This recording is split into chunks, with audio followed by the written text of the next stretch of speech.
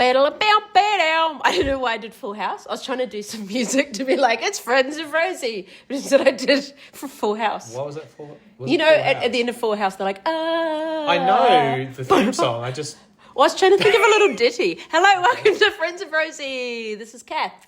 This is Alex. Uncle Jesse. You can be Uncle Jesse. I forgot my own name for And a Zach's second. here as well. Uncle Jesse. What's the reference? Do you know what we're talking about? No. Okay. Not at all. It's like a sitcom that no one you will know is... Oh, you know the Olsen twins? Oh, that's the cut They it were the out children one, in isn't it. Yeah, they were the children in it, the Olsen Cut twins. it out. But there was only one of them, so they swapped the acting. Yeah, it is. Cut it out. So. Okay. So, there you go. Cool. So this episode's called Brought to you by Kath Full and House. Zach teach Alex. The best of late 80s TV. Teach Alex about terrible sitcoms. Awesome. So there's a full minute in. Sorry about that, everyone. So we are going to be talking today about our top 5 books of 2025. Yeah. Which was... 2025 is not over. Do any of us feel like we'll read a book that will... Are any of us reading a book right now that we feel like could surpass any of our picks? I'm not. I'll tell you that one for free. Not It was really. hard even to come up with 5 that I was like, I unequivocally love these, and they're my top 5. It was easier It's than tricky. last year. Last year it was hard, I remember. I really had to think about it. Whereas this year I was... Like, I've read some really good ones. There was some, like, that were obviously... But a lot of them were like, I mean, it was good, but is it the best of the year? You know what I mean? So, yeah, I'm with you. Slim pickings this year, eh? That's Zach's text message. Don't you think it's like bow chicka wow wow every time it comes on? I Slim wonder. pickings this year, eh? Do do do. That could have been our ditty Yeah, instead of yeah, Full it could've House. been. There you go. But Turn it off. All right. So we're going to talk about our top 5s. Kath suggested we do a top 10, and I was like, I actually cannot come up with 10. Yeah, you came up with like 7. Yeah. It was like 7 or 8. I could have included a couple that were 4s. Yeah. Out of 5. Yeah, because I suppose your top 10 doesn't have to be all 5-star books. It's just what were the highest 10 you read. Yeah. I don't that have a year. good reads either, so I don't really keep a record of the books I read. So You should get Storygraph. You'd probably love I know, those I statistics should do on that. there. I Yeah. know. It's actually true. I would like it to would do be it like a some stage. spreadsheet. Because I use Storygraph as well, and I just love you get a fucking pie chart. Do you know what I mean? That's Pie pretty chart cool. on like what genres you read. Genres you read, like if you read translated fiction, like all this kind of stuff. It's really cool. And is it like does Short, it long compare or you to- short books, fast paced. Does it compare you to non-fiction, others? fiction. No. So it's just your individual Yeah. stats. Oh, that's cool. Yeah. I know, but They're less sort of Goodreads is more the kind of social networking aspect, and Storygraph is more statistics and insights onto your own reading, which I really like. I don't really do the social thing. I just use it actually as a list to what Yeah, I... which is why I feel or like if- Storygraph is probably better for that. Or if someone's like, hey, you should read this, I put it down in there so that I'll remember, because otherwise I completely forget. Plus it's owned by Amazon. Well, yeah, and they use all Yeah. your stats to sell books and stuff, right? I don't know really what Goodreads is kind of like. Yes, it's owned by Amazon, but it's also kind of a bit neglected by Amazon. Like they only just updated the That's true. logo for the first time in like 20 years this year, and everyone had a big. Didn't they just change the about font of that, the G? You know, yeah. Oh, the whole thing. Oh. That's what a logo is, mate. Anyway, so Yeah, there's $100,000 just change the font. Yeah. Just I make it italic instead of what it was before. There you Western go. Sydney Uni 100 did grand. that. It used to be University of Western Sydney. Yeah. And it They was all like $1 do it. million. ANZ did it Just years didn't you ago put as well. university at the... yeah. Yeah, they made the ANZ, they put it on a slight slant. That was a huge And then you have to rebranding. redo all the like pens and letterheads and everything. Like, imagine how much that would cost. Anyway. All right. Fascinating. Fascinating all of this, but let's talk about books. Wow. Well, do you want to start us off, Zach? No? Okay. Do you want to start us off, Alex? Sure. I thought maybe we could share like a book at a time, but I don't think any of ours were in any particular order, so No. it probably makes sense to do it all at once. Yep. Yeah. Mine were, and again in no particular order, Wild Dark Shore by Charlotte McConaughey, which Kath read as well, but it was not on Kath's top 5. Yeah, It was controversial. almost it. Very It was very controversial. difficult. Apologies for that, No. Charlotte, if you're listening in. Get off Marketplace. No, I'm not going on Marketplace. Because I asked people, what do they want to... what are their top 5? It's Okay, relevant. that's acceptable. Not on Marketplace. She I was just- on Marketplace, but I anyway. just don't know how to use Facebook. I'm a boomer. Yes, I really loved this one. We have talked about it on the podcast before, so I won't go into too much detail. But I will say, I think if I had had a better reading year, I don't know whether it would have been in my top 5. It's just that it was like rain after a drought. Like I had this run of bad books. Ones that I recommended. Many that Kath recommended to me. I know, it was we just weren't gelling. You know, we were on different wavelengths. And I started to doubt myself, and I was like, it was not your fault. What am I reading? No, but it was like what did I read that I really didn't like? I read the new Evie Wilde. I read Animals in That Country. The Animals in That Country. I read Constance Debray. I just read all these books that I did not like. Zach's shaking his head. Oh, disgrace. I didn't put Constance Debray on my list. Fuck, Yeah. that's But you terrible. read that. Fake You fan. did read one of them this Anyway, year. sorry. Yeah. Yeah. See, recency Is there bias because I any? didn't Is put a there list any of fiction my on books. yours? Is it all non-fiction? I know there is fiction. Well, we're not talking about my Okay, top all right, five, whatever. yeah? Okay.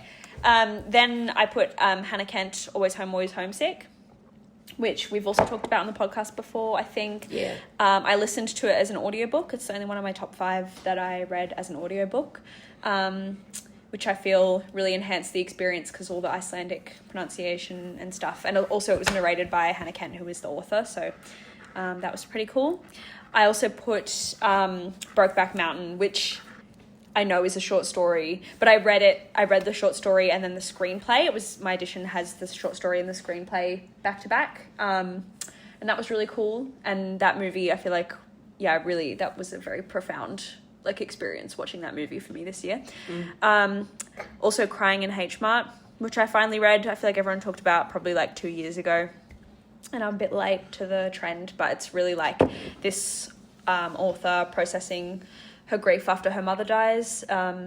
And I lost 2 grandparents this year, so I feel like, it was just a very kind of timely, poignant read for me. I read most of it on the train and cried in public. So it was a good read. And then also Frankenstein by Mary Shelley, which was awesome.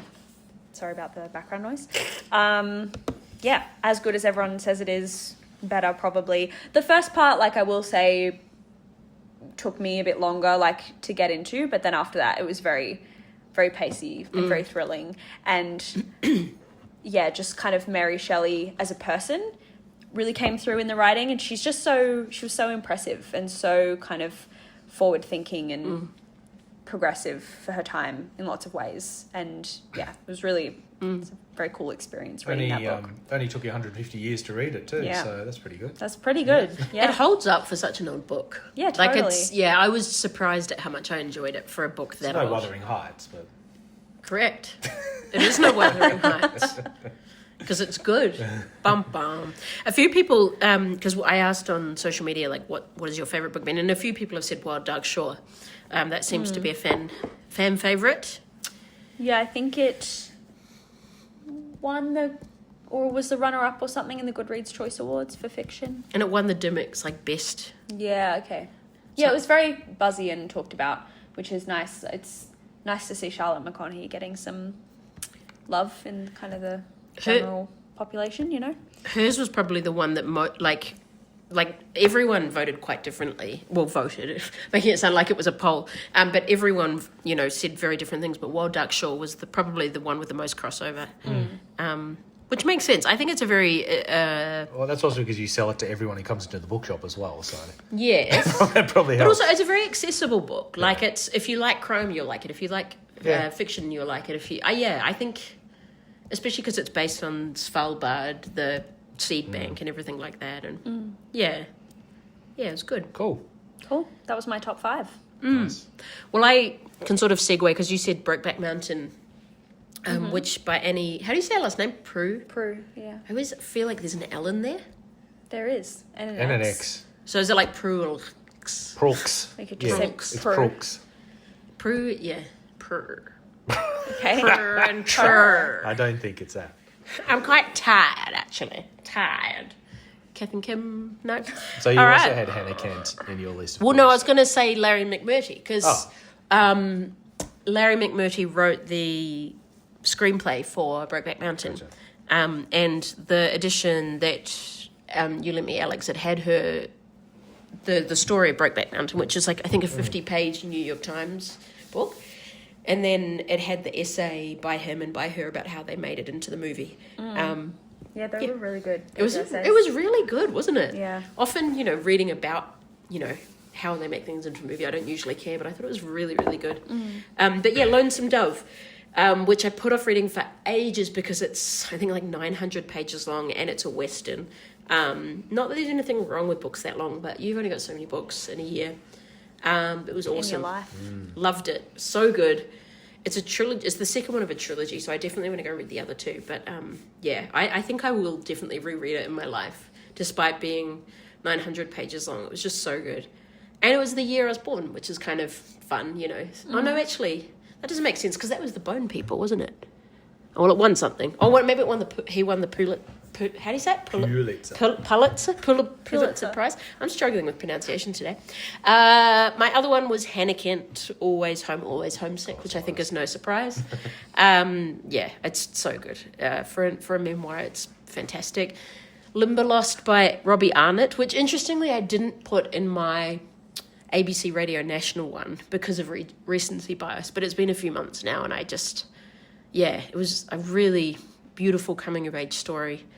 And as I was reading it, and I know you guys know this, but I was talking to Kath, who's a regular at the shop, and I was saying, I don't know what Huon pine smells like, you know, and they keep talking about Huon pine and this rich scent and, you know, the spicy scent of this tree. And she talked to her uncle, who brought in some shavings and a carved sort of leaf ornament made out of it. So it was actually really cool to be able to smell it. And then I found a Huon pine bookmark that had been donated later, and I gave it to someone who'd just bought Limberlost, and I was like, have this while you're reading the book. The next one was How to Think Like a Woman, which was did I talk about that one in this podcast? I don't know if I did. I don't think so. I think we might have talked about it a little bit when we were talking about Frankenstein. Oh, yeah. Well, essentially it's from the point of view of a female philosopher in, you know, today's day and age, and how it's still such a man's game. And, you know, even though we've come a long way, you know, apparently in women's rights, I mean, not apparently, we have, but I guess it still shows there's so much to go. And she goes over the 4 female philosophers, including, actually, Mary Wollstonecraft, Mary Shelley's mum, and how they were philosophers and so ahead of their time, but basically ignored by everyone. It's one I still think about. I really liked it.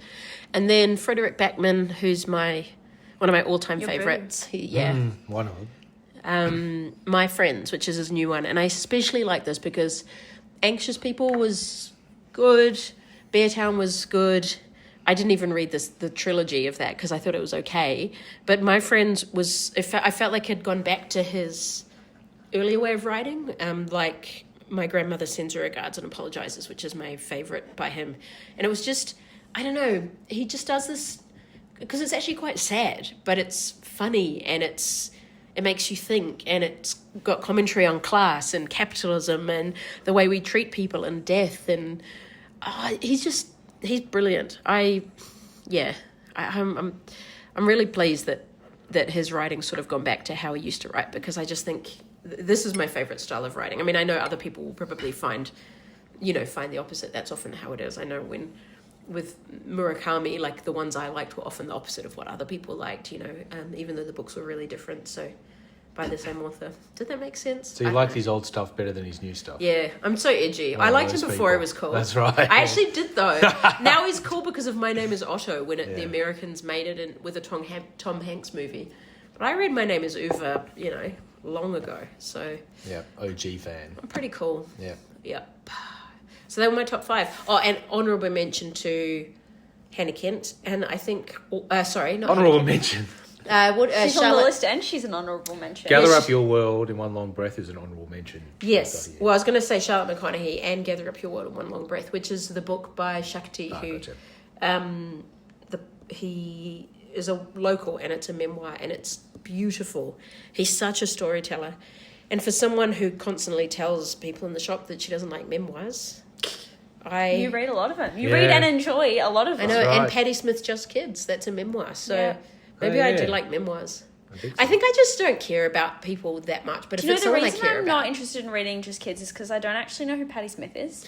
But I didn't really know her. I knew she was a poet and musician, but I didn't really like her stuff that much. But when you... It doesn't matter. Okay. Yeah. I didn't know who Robert Mapplethorpe was, and he features heavily in it. I had to Google him. Yeah, So that's the thing. It that doesn't either. matter. He's a famous artist, who's very like controversial and out there with like, I don't know. Would you call his art BDSM kind of? Like whips and like and gay there's photography elements of that, yeah, kind for of, sure. Yeah.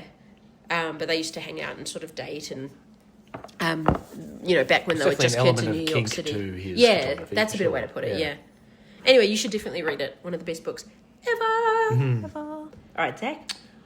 Well, my top 5 are pretty boring compared to you guys, but as you say, I tend to read a lot more non-fiction than fiction, but I really like these 5 books.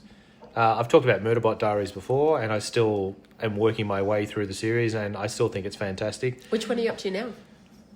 4, I think. Is it continuing to be as good? Yeah, it is. Yeah, nice. I feel like the books you're reading are always kind of a surprise to me because Kath and I never stop yapping, but you really treat reading like the solitary experience it's supposed to be. Kath and I are like, we're reading this and da-da-da, and you should read it too, and blah, blah, blah. And then Zach's like, yeah, I've read this book and this book and this book. I'm like, I didn't even know you were reading that. And it's like, yeah, why would you? Yeah. It's Zach's reading, you know? Like if I was... It's very interesting. One of yours here is by Neil deGrasse Tyson. If that was me, I'd be like, oh yeah, I've just been reading a bit of, deGrasse Tyson. I don't know if you know him. I'd be dropping that in all the time just to seem smarter. Well, I did read a Neil deGrasse Tyson this year, Kat. That's how smart I am. So smart. And I quite like that he titled his book Astrophysics for People in a Hurry, not Astrophysics for Stupid People. Yeah. So that was quite nice. Because that's basically what the book is about. It's dumbing down astrophysics for people like me. So do you which get is it quite now? useful. It was very interesting. I got a lot. No, but do you get Got a lot out of it. astrophysics? I could basically build a rocket ship now, I reckon. That's cool. Yeah. For such a slim book, that's great. Forgotten Ally is probably one of the best books I've read this year, which is about China's role in World War II. It was fantastic, and it's always been a bit of a gap in my knowledge of World War II. And it was, I just loved it. Rana Mitter is a great writer.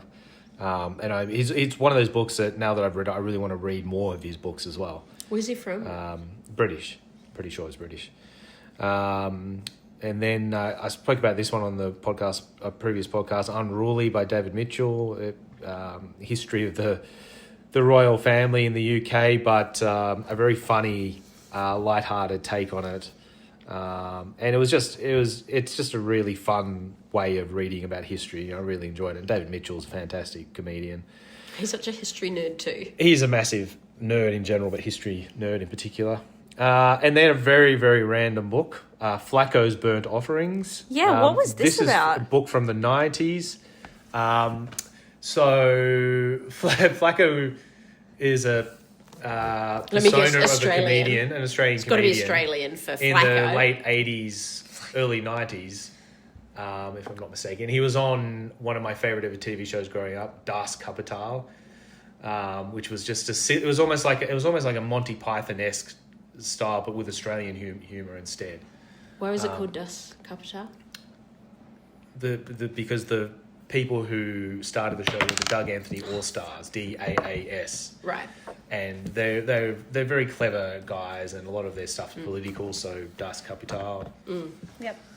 It's a no-brainer, get the really, joke. Kat. Yeah. Come on. Sorry, everyone. But so Flacco was kind of a bit of a, I don't know about a minor character, but he wasn't one of the main characters of the 3 Doug Anthony It's a All-Stars. supporting character, maybe. Yeah, but he's just bizarre. He's had this. He's the actor himself is. I'm sure he's a very intelligent guy and fascinating. I did actually meet him very briefly in the bookshop a year or 2 ago, which was really cool. And he was very humble and he's exactly the kind of way I would have imagined him to be. Were you like, oh my God, you're Flacco? Or did you play it No, cool? well that's the thing. I've never really been interested in celebrities or anything like that. I don't Never meet met someone your heroes, famous and go, you know? oh my God, my heart's pumping. That's not true, because once you saw... Who's the person in X-Files? Gillian Anderson? No. Did you not meet Gillian Gillian Anderson? Anderson? She was in Star Trek and she was a redhead at a Comic-Con. Yeah. And you were like, oh my God. Who was it? She was in Star Trek. Yeah, I know you're talking Well, say it for the listeners. Come on, don't be shy. Dr. Beverly Crusher, obviously. Don't be shy. Yeah, and he was like, "Oh my god, she looks amazing." It was not like that. It wasn't I like think I that. got that one. It was pretty. Yeah. But anyway, he's and this book is just I should go and grab a copy of it and just read a little bit out in a second, but it's just bizarre. Again, there's a Monty Python-esque nature about him, but it's very clever, intelligent, comedic writing, and it's bizarre, and it just Like Spike a lot of it doesn't Milligan make kind sense. of thing. No, way more strange than Spike Milligan. And you have to see his character to understand what it's like on TV. Like, he has a very high-pitched, kind of unusual voice and weird mannerisms. When I was grabbing the cover art to make the graphics that we're going to post with our top 5, I got to this one. I was like, "What the hell is this? Like, what is this?" Yeah, and Look at it's laugh out loud. Like, I've been reading it and laughing, giggling to myself. It's a little bit hit and miss, but there's just some really cool stuff. If you give me a second, I'll just go grab it. Yeah. Yeah, but let's see if this translates, because do you remember that time at book club where like Greta and Valden is so funny, it's so funny, and someone's like, read a part, and I read some and no one laughed, and they just kind of like nodded politely and smiled. Greta and Valden is so funny. I agree, it's so funny, but then I could, like, being put on the spot, I couldn't find a bit that translated, or like maybe it's funny because you know the characters. Like, yeah. Because that one was laugh out loud funny. I thought that was so good. Yeah, but not this year, you know. Not this year. Just this year was full of flops. No, I had some good books this year, did. but like compared to last year there were just a lot of good ones. Just a very brief one. This is under the chapter Demeaning of Life. It never ceases to amaze me how some words have managed to find their way into the dictionary. For example, how often have you been in a conversation and casually dropped the term perspicuous? To make matters more confusing, if you look up perspicuous, it means easily understood. I could go on, but I won't. But that's just kind of a general feel for... I love that. So he's writing just it. like putting ideas in, like just writing funny ideas. Yeah, it's just random thoughts of Flacco. He's a very, what's his name? Paul Livingston, I think is his name. The actual person behind Flacco. But... Flacco's so Aussie though, eh? Oh, he's also But got... Burnt Offerings as well is the title of like a very influential horror novel that came out in the 70s or something. Like, obviously not Flacco's Burnt Offerings, but I was just real confused. I was like, what the hell? So he's got, there's some quotes from celebrities on the back. One was from a guy called Joe Bugner, who I'm pretty sure was a boxer, if I'm not mistaken. He said, "I couldn't put it down." And then the next quote is from Stephen Hawking, "I couldn't pick it up." And then he's got a quote from Roger, the famous thesaurus company. Boeotian, brainless, cretinous, puerile, doltish, ill-advised, moronic, obtuse, slow on the uptake, witless, wooden-headed. Whoa. From the makers of a thesaurus. I've been saying Roget's. Sorry? Roget's thesaurus. Well, I don't know how you pronounce it. Roget. Roget. Roget. Roget. Roget. Anyway, Rogos. I thought it was funny. So. I think it's funny. Cool. Yep. Cool. There we go. Did we want to go through some of the ones that stood out to us? We put out a call out on Facebook and Instagram, just being like, what have you guys read this year? Well, everyone said really different stuff. There's a little bit of crossover with a couple of people have said Orbital. You didn't say Orbital. I read that last year. Ah, okay. Because it was pointless. A few people Because with it was amazing, but I read it last year, so... Michelle de Cresta's new book. Theory and Practice. There are a lot on here that some of them I haven't heard of. Just another section. My car broke down the other day. It just started blubbering and whimpering that it could not go on like this. I tried to comfort it by taking the scenic route, but we hit an embankment and now it's a nervous wreck. Why are you looking at me like that? It's because that's your exact Because I was waiting type for you of to do humour. that one. It's No? true. Yeah, It's your anyway. exact type of humour. Yeah, but that's pretty much the whole book. The whole book. That's perfect. We've had like 30 comments, That's great. but I don't know what I've done, and it's gone to that now. Oh my Catherine doesn't know how to goodness use gracious. I know. Or I a don't. phone. Or a phone. Bury Our Bones in the Midnight Soil by V.E. Schwal was there. I really want to read that. Have you read that yet? No. It's supposed to be very good. Who read that? Oh yeah, so maybe we should shout out a couple regulars. So Kate O'Neill. Shout out! Kate O'Neill really liked Catabasis. A which few is people Ara have said Kwong's that, new one. that it's nothing like her others in a good way. because It people sounds hate like writing. just like quite a couple of her others, to be honest. But no shade to RF Kwong, who's not listening. They're quite niche, eh? There's not a lot of Yeah. crossover. That's what I mean. Well, our audience are very widely read, clearly. Someone read... Zach's just reading Flacco's Burger Offerings and It's giggling amazing. now. Someone read Bury Your Gaze by Chuck yeah. Tingle, except they wrote Chunk Tingle. I like that. But Chuck Tingle is, I don't know if you guys are familiar with his work, but he's famous for writing just like short stories that are like very abstract smut, like getting, like, I think one of his most famous is Getting Pounded in the Butt, by the concept of getting pounded in the butt. Like, that's one of his most famous short stories. And he wears a mask all the time and no one knows who he really is, but he just... What, in real life? Yeah. And like, well, in his online kind Yeah. of promo, like that's his persona, so then you wouldn't know. And I assume Chuck Tingle is not his real name either. Do you reckon Like, it he's one of doesn't sound the... real? He's one of the gorillas, maybe? Maybe. Kath Dobby also enjoyed My Friends and Wild Dark Shore. Great taste, Kath Dobby. Yep, and Orbital. Great taste. Oh, terrible taste, Kath Dobby. And she also mentioned Doppelganger, which I now have out from the library and I really want to read, the Naomi Klein book. Steph said The Names by Florence Knapp. I'm realizing I don't know Steph's last name. But Steph. Shout out Steph. Madison said Wild Dark Shore. Do you know what? I don't think this makes for very interesting listening. I was thinking that too. Sorry, everyone. Although someone, whoever this is, has put Woman Hating by Andrea Dworkin. Shout out to you because that's the best book ever. So who is this? You know who it is? She always cut... Yeah! Okay. I don't know. Yeah, If, shout I'm out. just aware that... she'll be hearing this probably. I know. I don't know if the name's private. Yeah, You know, okay, so I'll I don't keep want to it- share. I'll But keep it yeah, private, I'll keep it on comes the in and I'm like, down low. here's the books that Alex has chosen. But you know who you are. you know who you are. Yeah. Sorry, I just realised we might not say No, totally fine. people's names on here. Okay. Yeah. Is there anything you're looking forward to reading next year? Zach's just going to reread Flacco's Burnt Offering. I'm just going to start doing a podcast reading out Flacco's Burnt Offering. Might send you a cease and desist, bro. I think Sarah would enjoy that a lot. I feel like this is Sarah's sense of humour. I think it was Sarah who brought him into the shop. if That's I'm not Oh, really? mistaken. So, Shout yeah. out, Sarah. Yeah, Woo. shout out. I don't know that I've got anything I'm really looking... Like new releases, you mean? Or just sort of... If anyone has any books coming out. Not that I know of. What about you? You guys, are there any books you're looking forward to reading in the new year? I've just got a huge pile of books Yeah. on my bedside table, and I'm looking forward to having a few days to actually sit down and read it. What are you going to read? What's your priority? I can't remember what they are now. I've got so many of them. Just walked off to get his pile of This books. is just the Zach is Unprepared podcast. Seriously. Where he wanders off every 5 minutes. We will be wrapping up soon, guys. Sorry, it's been a bit more aimless than usual because look at this, 27 minutes. Oh, half of that was missing in the Full House thing. Well, I'm thinking about rereading the Earthsea quadrilogy, quadruple.